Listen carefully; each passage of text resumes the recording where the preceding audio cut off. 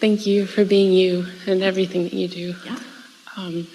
There were a few topics that you touched on with a few other people that have come to the stage. One of them being that we could all focus on world peace. How could, I'm not sure how to word this. Well, we can just give you the answer whether you word it or not. By calibrating to your vortex, calibrating to your inner being, who is unresisted, pure love. That's all you can do. And it's enough.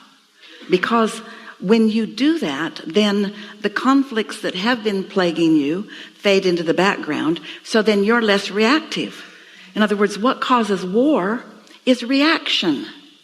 No one's going around saying, in our vocabulary, I think I would like to put into my vortex war, where a lot of people suffer and starve and hurt each other. Yes, that's the ticket. That's what I want. There's hardly anybody doing that. But what is causing the reaction is your reaction, reacting to things. You want to be a creator, not a reactor. You want to be an actor, not a reactor. You want to be a creator, not a regurgitator. But in order to do that, in order to even want to do that, you've got to understand that there is no assertion. And that's hard to hear when you look around and you see people being mean to people. And it just looks like, hey, there is assertion because those people don't want that. We didn't say they wanted it, but we will say they expected it. So when you are the one believing, when I'm the one believing that there is a solution and that there is a light at the end of the tunnel, and being able to see everything that the collective on the other side can see, how do I help others? Well, here's the thing. This is an important thing to understand in this. Your work is to find the feeling place of your alignment. And then you'll be inspired to the next and the next and the next and the next and the next. One of the big wanted aspects of physical life is the diversity of ideas, beliefs, intentions. And so often when someone wants peace and wants everyone else to want it, your inner being will not go along with that, because your inner being knows everybody does not want the same thing at the same time. And your power is to want it and find it all around you. But you don't get to assert your desire for peace on others. Now that's kind of hard to hear, isn't it? Because you think, well, but peace is a good thing, so they should welcome me asserting it on them. Well, what about the ones that say, well, monogamy is a good thing too, or abortion is a bad thing? When you start saying that everybody has to agree, that's when you step on the creative toes of others. You just have to live through the clarity of your example and find your peace in the world with your constant trending toward that which is love. We promise you, you trend there, something other than that won't find you. That's what I've been flowing in for the last few years. It keeps... And then teachers like you feel guilty. Oh, I feel guilty because I'm living this beautiful life and there are people out there living wretched lives. So we say, okay, go ahead, live a wretched life if you feel guilty. But you can't get sick enough to help sick people get well, or poor enough to help poor people be prosperous, or confused enough to help confused people become clear-minded. In other words, you just have to find your alignment and then follow the inspiration that comes from that alignment. And we promise you, everything that you've lived that has caused you to want anything, and world peace is one of them. Your inner being has it, holds it, focuses on it, and is calling you toward it. But if you get bent out of shape because there are people that don't seem like that's what they want, then you're not in the vibration of that, and then you're not witnessing that, and then you're not an example of that. A wonderful thing is happening in this diverse world with so much contrast. Did you get an emotional scale card when you walked in the door? Yes. Take a look at it if you can find it. And somewhere up around 7 or 8, there's a light blue little phrase that is written. There it is on the screen too. And the little phrase says tipping point. And your world is at a tipping point. And you know why? Someone read to us, what is number 8? Call it out. Boredom?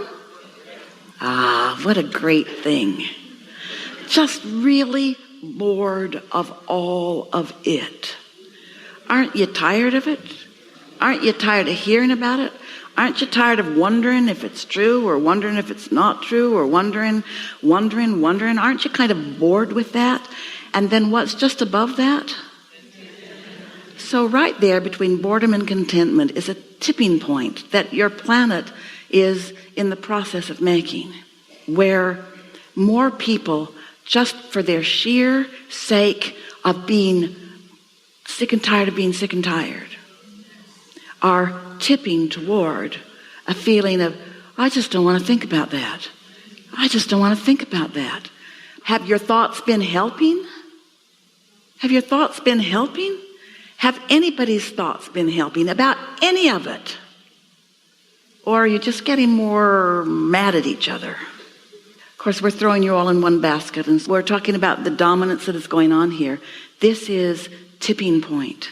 This is the time when, even though you can't see the evidence of it yet in the vortex, a big paradigm shift has happened. And what that means is you can expect to see evidence of Esther's on the airplane and she's watching the people and she knows that they are coming from everywhere, from all spectrums of religion and politics and backgrounds, and they are nice to each other. And she's thinking, that's good enough for me. They're nice to each other. That's good enough for me. I'm connecting those dots.